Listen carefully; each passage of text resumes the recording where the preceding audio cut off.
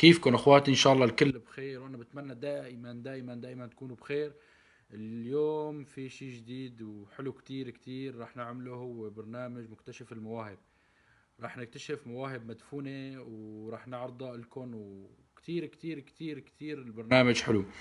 واول موهبة لنا الرجل خمسيني وفظيع فظيع فظيع لدرجة يعني بجنن، يعني رائع. لا جورج وسوف ولا سلطان الطرب ولا كاظم الساهر ولا نزار قباني ولا أشعار ولا شيء. انريكي ما عمل معه شيء، ولا جاستن بيبر ولا أي حدا من هالأسماء ما بيصبوا على ايده مي.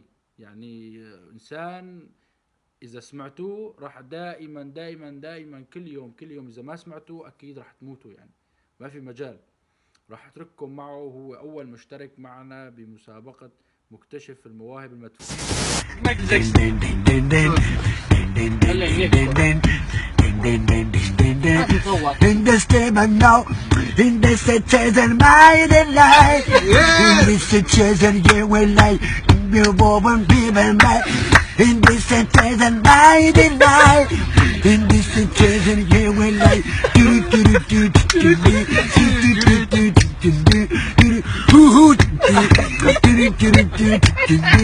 even your one back.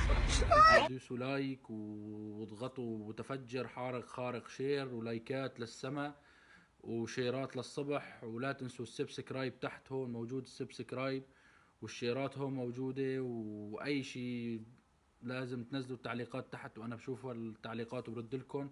شكرا كتير لمتابعتكم، وبنلتقي قريبا مع الحلقة الثانية.